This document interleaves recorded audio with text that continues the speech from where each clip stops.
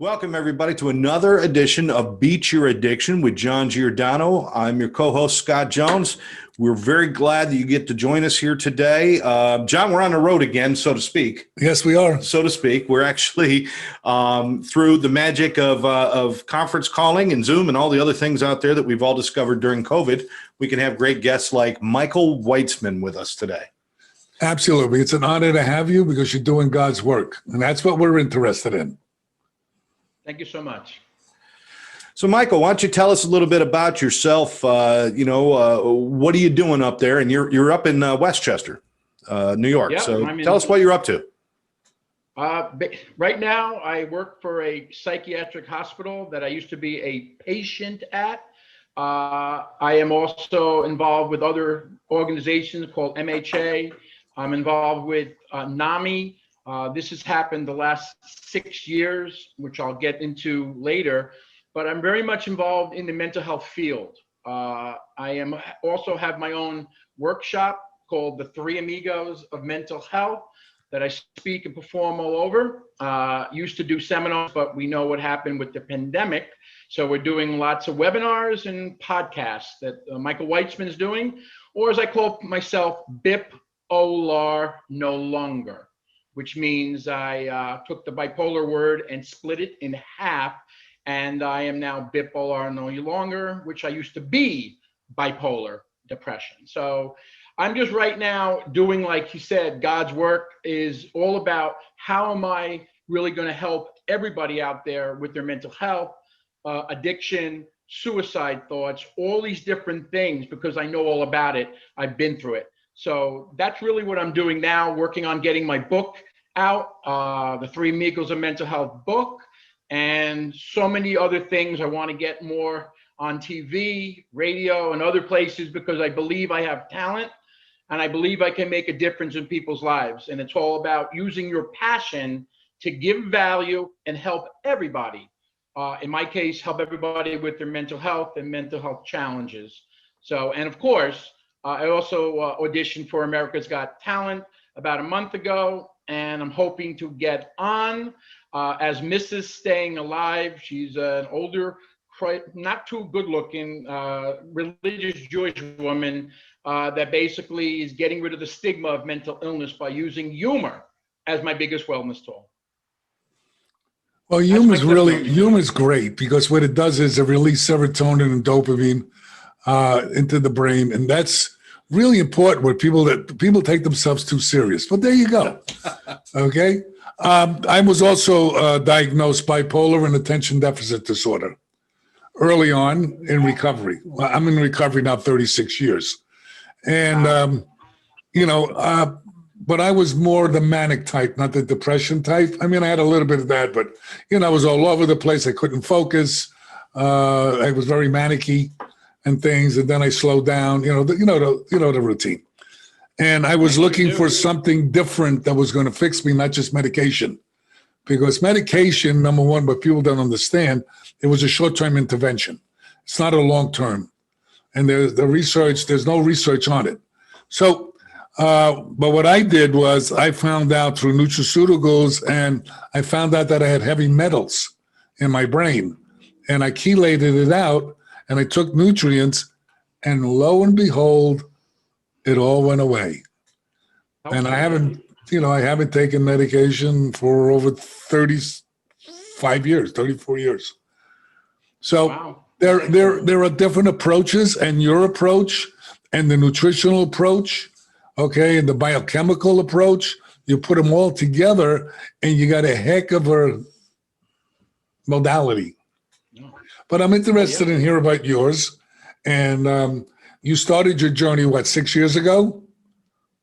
When you got recovery? I started my journey when I started many years ago, when I got my first taste of depression was when I stuttered when I was 5. So stuttering at 5, that started the little bit of the trauma, but I'm 5 years old, but people are making fun of my stuttering and my lisp H's. But after I got through that, at 16, I basically, it says what's going on here? Okay, at 16, I basically failed my road test 3 times. Not just 1, not 2, not 3. I failed it 3 times. So at the age of 16, I went through a traumatic situation of really feeling like a loser. And I was suffering so much, but I was suffering in silence. I didn't come out, I call it, out of the mental health closet for many, many years later. So I suffered. I didn't go to parties. I isolated. I felt like, everyone's asked me, so do you pass your road test? And I said, no, I failed once, twice, 3 times. So that traumatic situation happened 16. And then it's carried on for 40 years of suffering in silence.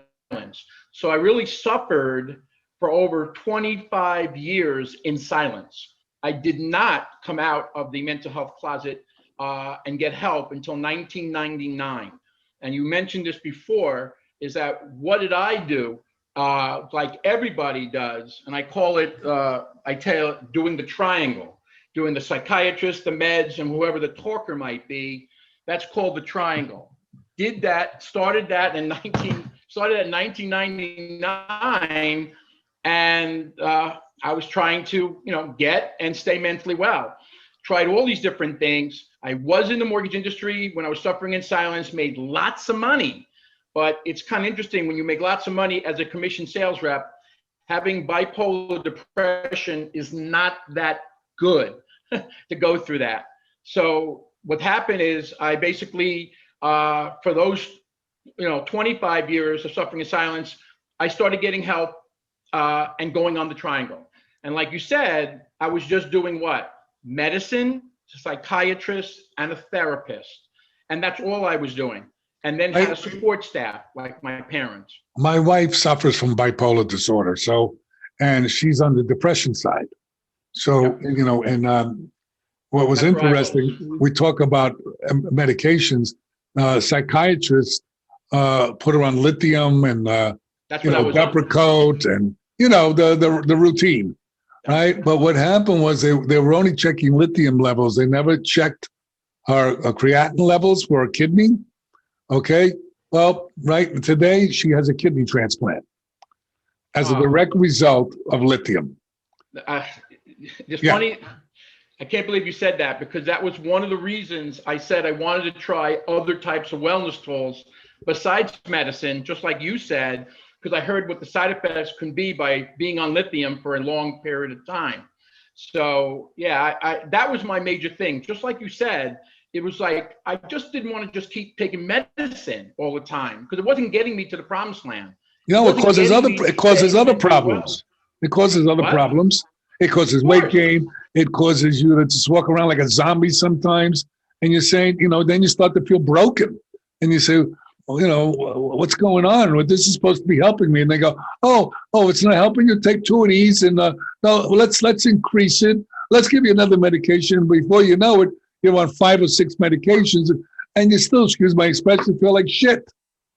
So, I call it the Lay's potato chip syndrome. And it goes like this. Like the Lay's potato chip, right?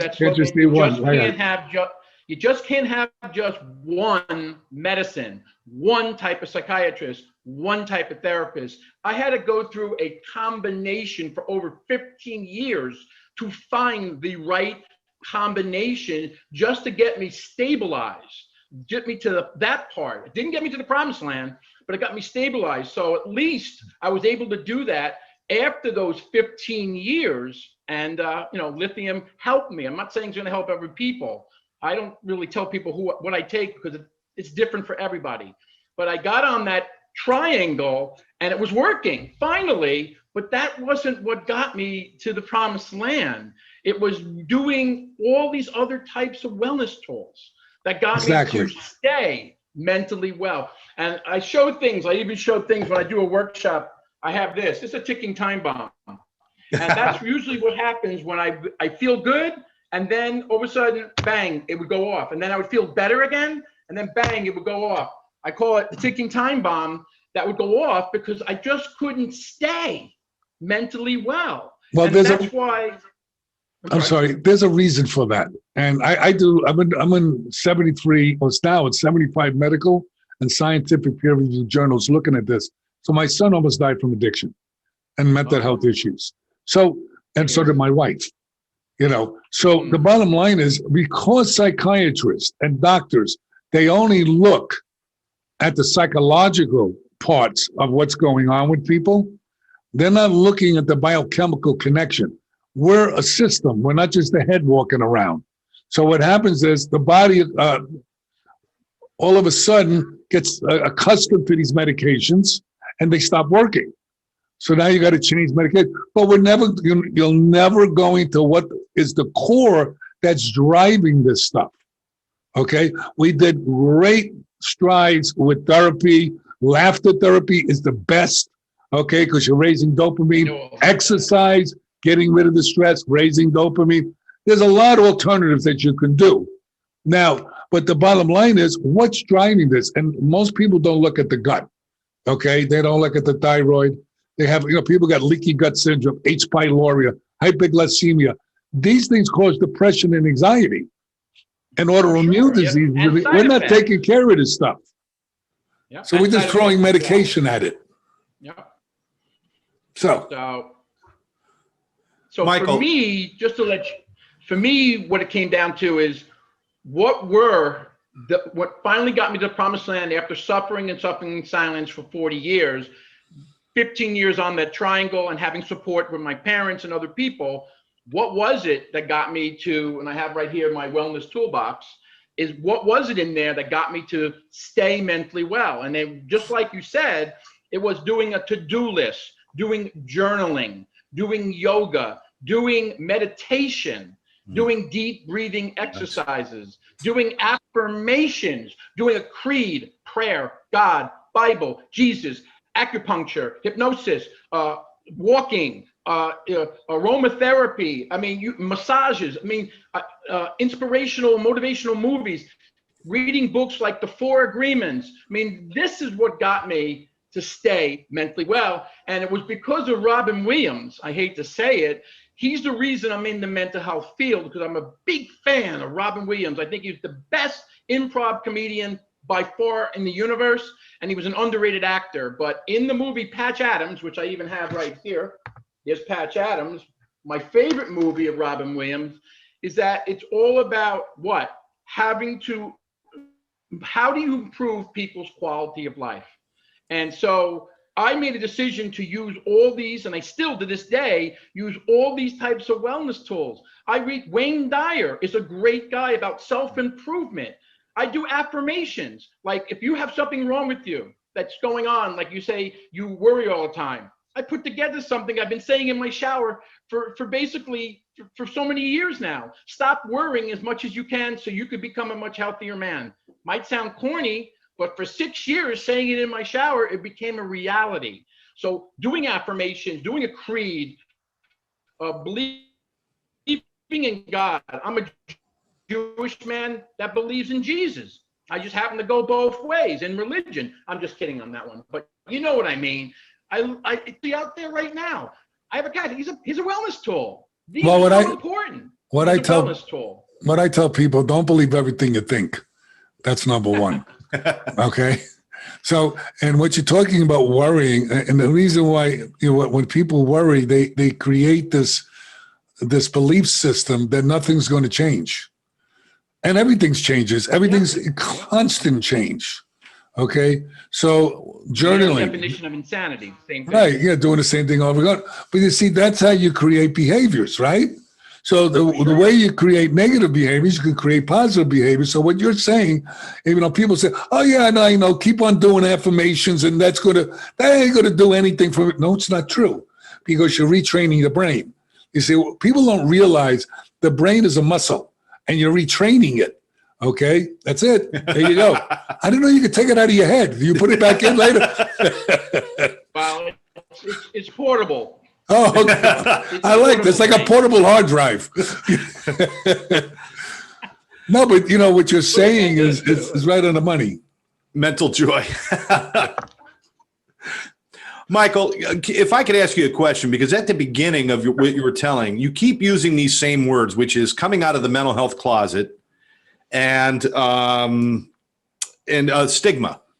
How important was that? How big of a piece of your recovery is coming out of that closet and normalizing this and stop being labeled and stop hiding?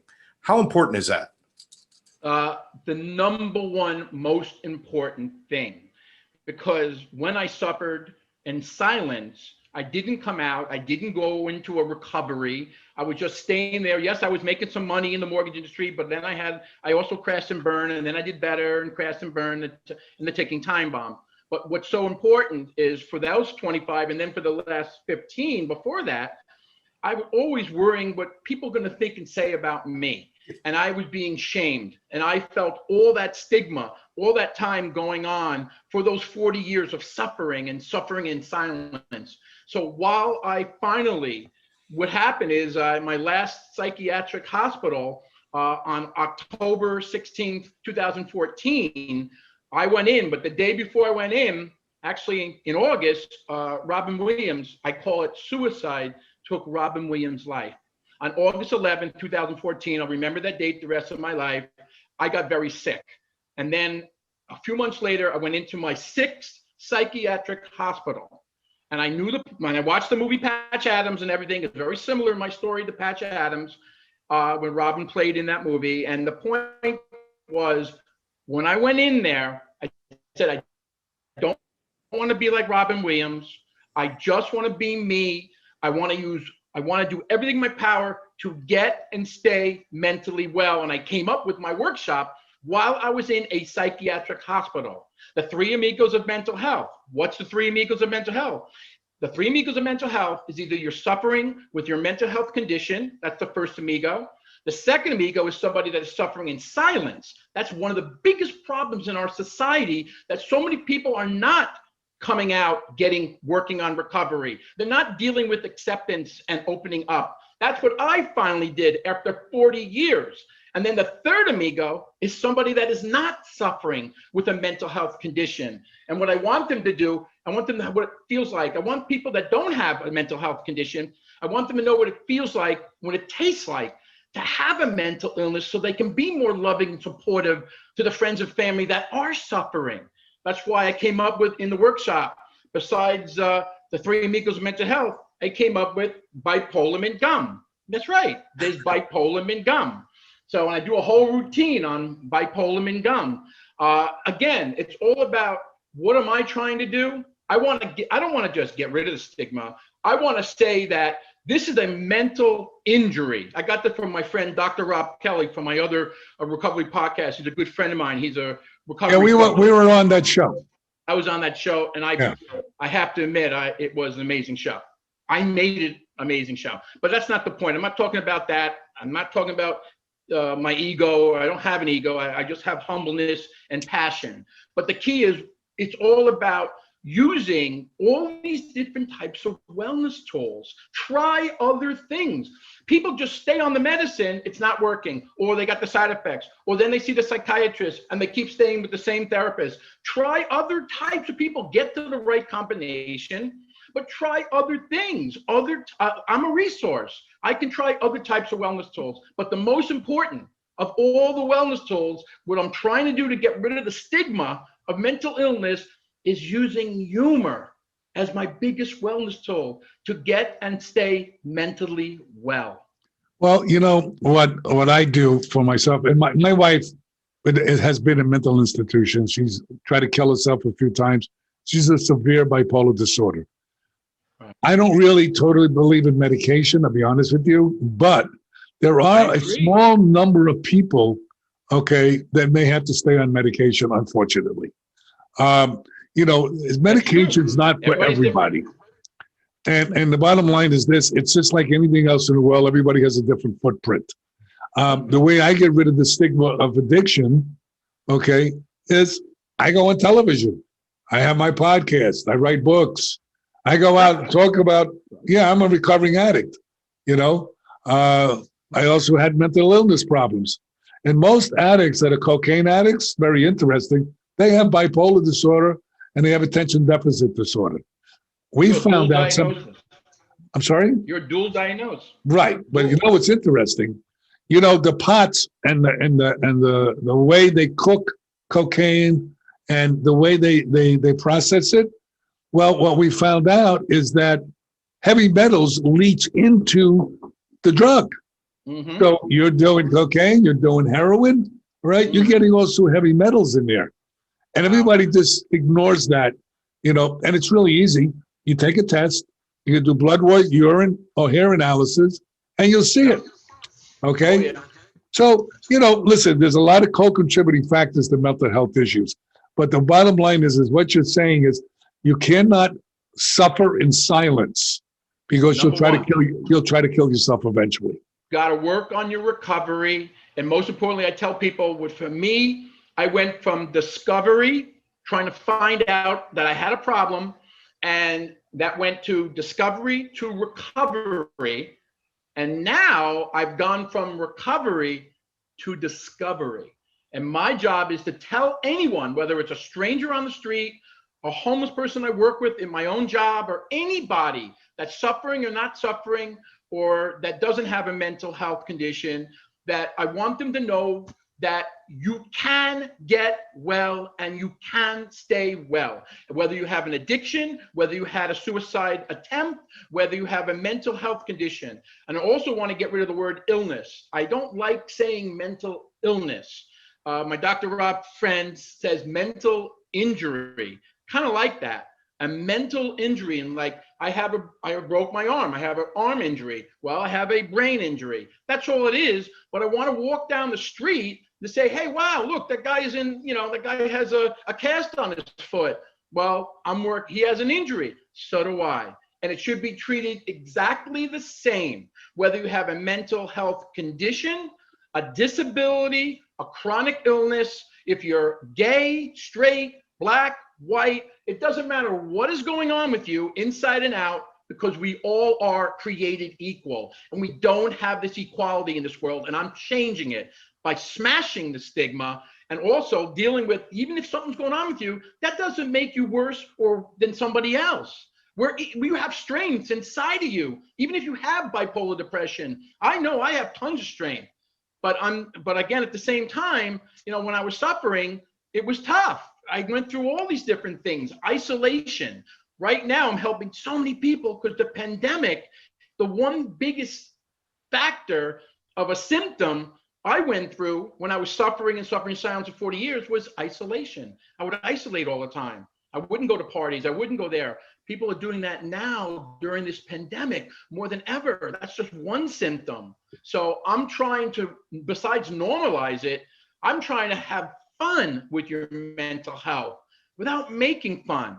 I make it cool, fun, sexy to talk about your mental health and your mental health challenges and engage with people, interact with people. But the most important thing is that I'm trying to do is relate to people, that when someone said, wow, that guy had a mental illness for 40 years and now he's mentally well for over 6 years. What did that guy do? Just like you, I want to speak to an addiction coach who went through an addiction. That's a perfect coach that I want to talk to. And the same thing regarding a mental health condition. So the most important thing is it's not about me now, it's about the money. It's important that will come. The most important thing is for me to gain exposure in this world, TV, radio, and everywhere, in a movie, my book, and all that stuff. But what is the real reason? The reason is to use all my passion to give value and help everybody in my cause, in my mission, which is mental health and mental health challenges. That is so important, because what is it? If someone reads my book or someone sees my video and they say, oh, you just helped my son or you helped my father, that's success. That's what success is all about. When you're making a difference and you're helping people, like in the Bible, I'm not a Bible guy, but hey, it says, how may I serve? Well, how may I help you? And that's what Michael Weitzman, bipolar, is all about. It's not the ego, all about humbleness and having humility, so I can use my platform and my fame and my success to help others. And that's why I'm very passionate. You can feel the passion. You ever see the movie When Harry Met Sally? Yeah. You remember the lunchroom scene? Remember the lunchroom scene, right? Yes. That was the big O. Remember the big O? Right. Well, I'm the big P, meaning I'm the big passion. You can't go to school and take Passion 101. There is no such thing. But I'm all about life experiences, struggles, and my inspirational story to do what? To help everybody that's going through an addiction, that's going through suicide thoughts, or basically, is having a mental health condition. Because, yeah, I tried to take my life on January 8th, January 2nd, 2008. I'm a suicide survivor. And so it's very important when I hear what happened to Robin. Suicide took Robin Williams' life. I don't say someone committed suicide. But I waited, like 55 years to say, you know what? I've decided that down the road, I'm going to commit suicide. No, you don't just decide. It's not like that. Suicide took somebody's life because they were going through a very hard time, whether it was a relationship, whether it was mental health, whether it was addiction, whatever it was. And I want to make a difference in people's lives. That's what I want to be remembered for. Most people that have mental health issues are addicts, believe it or not. And everybody thinks you have to do drugs and alcohol to be an addict. There's also behaviors, spending addiction, shopping addiction, you got gambling, you got sex, you got workaholics, all of these different abnormalities. And what people don't understand is this. I believe the human race is suffering. I don't believe it's just, I believe most people have a mental health issue, some severe, some not as severe. A lot of people, they suffer from depression. They don't even know that it's called depression. They just think they're a little down, you see? And then what happens is if they don't take care of that, eventually it develops from a subacute problem to an acute problem. And then you keep turning more and more inward. And the passion that you have is the same passion that Scott and I have, all right? Because that's why we do this. I think because you never gave up and I never gave up, you might want to consider me. I'll get your address. I'll send you my book, The Kid from the South Bronx Who Never Gave Up. Okay? And it tells a whole, it's actually my whole story. It's like my book I'm making and just change the title. Michael, I got to say that listening to you, it's inspirational because I think I hadn't thought about it in terms of any kind of mental health issue, but I know with addiction, once you reach a certain point in recovery, your addiction actually becomes a strength because you've learned so much and you can develop greater gratitude, greater passion, greater love, because we know what it's like to be without it. But it sounds like you've been able to do that with mental health issues, is turn that into your strength. It's no longer a detractor, it's now your strength. Is that right? Is that accurate? It is so much my strength. It's so much who I am. It's to me, it's most important that we've been doing this. I'm a peer support specialist. And what's happening is people now are telling their story more and more. It's about telling your story of your struggles with the suicide attempts that you had, or your addiction struggles that you've been going through. And then the mental health capacity of that. It's telling that story. And why is it important? People want to hear that. I know they do. They want to. And at the same time, it's therapeutic to me. I love I'll tell a stranger, anybody, if I can make a difference in their life, that's really important.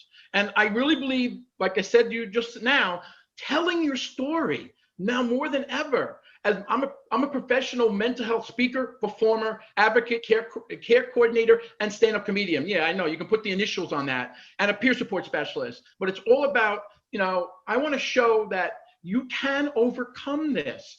I had to wait 40 years to finally get to the promised land, to finally be able to get and stay mentally well now for over 6 years. Mine was 37. Mine was 37 years. So you're ahead of me. I beat you. You're ahead of me. Yeah. Sorry, guys. No trophies here. No trophies. Yes, there is. But the point is, I just want to make a point. I'm sorry. Yeah, go ahead. Go ahead, Michael. I just want to tell you, I just want to say this is so important. I don't forget to say this, because when I do my workshop presentation, I get into so many different things. It's all about getting rid of the stigma. It's also about dealing with acceptance and opening up, telling my struggles and my inspirational mental health story, my wellness tools, and then most important is getting people to try to use humor, laughter, and smiles. And I go into a segment near the end saying, why? Here's the question. Why do you want to have humor, laughter, and smiles in your mental and physical health? And I'm going to tell you right now, it's very simple. The reasons are, first, it boosts your immune system. It is so good for you. It also, in your endorphins, get lift. You promote a sense of well-being. It reduces blood pressure. It helps the heart. It dulls and kills the pains. I mean, it produces empathy. There's so many things that can go on. Now you go to a job interview, you throw a little humor in there. They actually like that. It's a way to success. And the other reason you want to use humor and laughter and smiles in your life, because it will make you live a longer life. Absolutely. Know how I know that? I Googled it. I'm just kidding. But the point is you want to use humor and laughter, smiles as a wellness tool. I'm not saying you have to do stand-up comedy like me, or you always use humor. I mean, everything. I take any word. I'm really good with words, and I'm really good to play with them, like bipolar, no longer, whatever it is, being creative. But the thing about humor and laughter, smiles that you got to know, let me ask you this question. You're going to love this. How many times does a 4-year-old laugh and smile during the day? All day long. Give me an idea. I have a grandson that's 3. How many times does a 4-year-old laugh and smile during the day? Do you have an idea? Yeah, all day long. 300 to 400 times a day. Wow. Think about it. You watch a 4-year-old the whole day. They'll be smiling and playing and smiling. Think about that. Now, how many times does a 40-year-old laugh and smile during the day? You have an idea? Twice. Between 3 and maybe 13 times during the day. All right. And I'm not saying that all comedians live like George Burns lived to be 100, and all these different comedians, and what's his name? There's so many different comedians. I don't want to go into Myron Cohen. I can go into all these different. They lived a long life. Mel Brooks is still 95. I'm trying to even do a commercial for him, because I do a great imitation of Get Smart. Remember Maxwell Smart? Yes. Remember the Get Smart, the show? Yeah, Right. sure. Well, I do an imitation. I do, would you believe the shoe phone? That's right, 99. Missed it by that much. Again, what is it all about? Using humor to have fun with your mental health without making fun. Absolutely. You know what you're saying is what I tell my clients also. Stop taking yourself so serious. Okay, have fun. Go out and have fun. Well, how can I have fun? I'm so depressed. No. You're depressed because you choose to be depressed. Get off your butt, go out and try something different and see how it works. You could always go back to your depression if you want to do that. You know, and that's what I tell people. All the time. I tell my clients all the time, what are you doing to keep yourself busy? What are you doing? Oh, I'm not doing it. No. What are you doing to keep your mind and your body busy? Because that mind is going to go off in that negative world and the negative thoughts. That's right. What are you going to do to keep yourself? Make a to-do list. I don't care if you're having a really bad day, and the night before you put a to-do list, you put on there, get up from the bed, cross it off. You know what? I get up from my bed. I brush my teeth. I went to the library when we were able to go to the library. And I went on the internet. I took a walk. Write those down. Okay, you accomplished a great day, even though you might be suffering with your mental health. I make those small goals. That's what I tell them. And then journaling. I tell them small goals. Make your bed. Okay, you do that, you accomplish that, you'll feel good about yourself. Listen, there's no secret. This is all universal knowledge. But most people, the problem with it is that they don't adhere to it. Okay, and it's people like yourself, or people like Scott, people like me, that we want to be that light to show them that, look, we didn't want to do this either.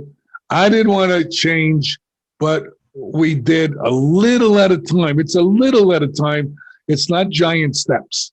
And that's what people don't get, because that's how they get disgusted, because most people, whether they have mental health issue or addiction, They either live in the past or they live in the future, and they don't take care of the present. And that's why they call the present the present. It's a present. It's a gift. Right. Well, I always tell people that first of all, you're preaching to the choir. I agree with everything you just said. We're doing it. You and I, all of us, the three of us, we are like a little resource to help people. That's right. It doesn't mean we are there. And listen, when I was making tons of money, the money was my antidepressant at the time. But when the money wasn't good, I got sick. I got worried because that money wasn't working that well. I got nervous. I got depressed. But you and I we're all resources to try different things to get well. That's why I was able to wean off my medicine. I take very little medicine now just to go to sleep. I don't need to see a therapist. I am my own therapist. I am my own coach. I am my own counselor, peer support specialist.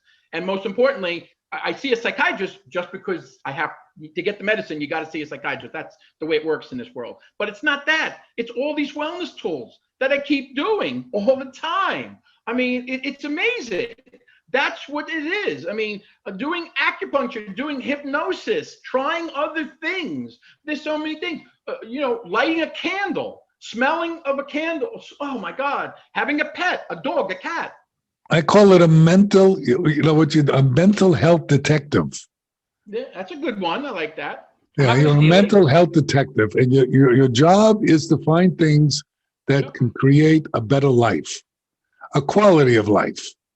And the bottom line is most people don't realize that it's not just about making money. It's not just about having a big house and all this other stuff. They're great, but it's more about the inside job, not the outside job. And, when you start to get on the road to recovery and helping other people, you get high off of that. I know I do. And it sounds like you do as well. So I know Scott does. So, it's another way of picking up your day, all right? And having fun while you're doing it. And the best thing to do sometimes is just to laugh at yourself. I do some stupid shit sometimes. And even doing something that I had a friend, the guy owns a bagel place. He's telling me that he has cancer. He's not doing very well. He wants to take his life. I'm hearing that while he's serving people at the bagel place. I was able to overhear. You know what I did? 2 days later, I went to a flower shop. I bought him a plant. What, for $7? I bought him a little plant, wrote him a nice card. I said, if you need somebody, you got me.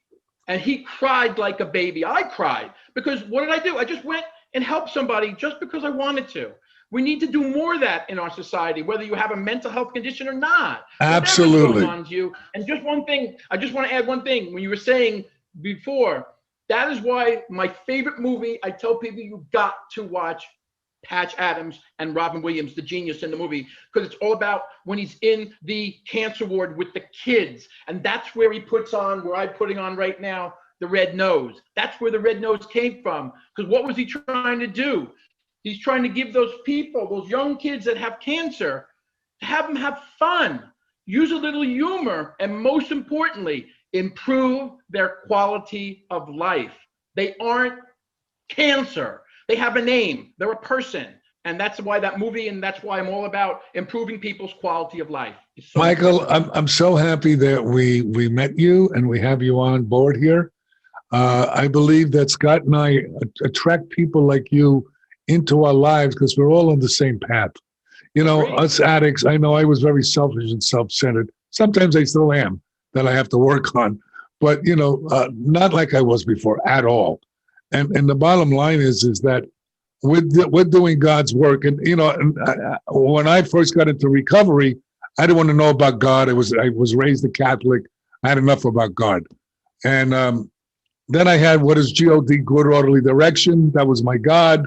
And then eventually I had a God of my understanding. And the bottom line is helping other human beings is also helping ourselves because that helps heal us. And that's what it's got to be a two-way street. It can't be just give. You're going to have to get too. So, and that's what you're doing. You're giving and you're getting. Okay. And that's what this is all about. And that's why we do these shows. So I wish you the best. I hope you make it on the show. And America's Got even Talent. if whether you make it to the end or not, have fun. Oh, there you go. There you go. It's like a Mrs. Doubtfire moment there. Oh, don't say Doubtfire. It's Mrs. Staying Alive. Mrs. Staying Alive. There you go. Mrs. Staying Alive is Patch Adams meets Mrs. Doubtfire. It's I like it. My little tribute to the amazing Robin Williams and getting rid of the stigma of mental illness by using humor, and my biggest wellness tool. All right. Michael, thank you so much for joining us on the show. Your message is a strong one. I encourage everybody to have the courage to embrace who they are, to live that proudly. Don't live in shame and guilt. You can't succeed that way. So keep going with what you're doing, brother. John and I are just excited to have people like you join us in our mission. Keep punching, baby. Keep going, man. Never give up. Never give up. Appreciate it. Thank you, guys. Thank you. Thank you. And with that, I want to thank everybody for joining us right here on How to Beat Your Addiction with John Giordano. Again, I'm Scott Jones, your co-host. We want to thank our guest, Michael Weitzman. Thanks for joining us. We'll catch you right here next time. Adios.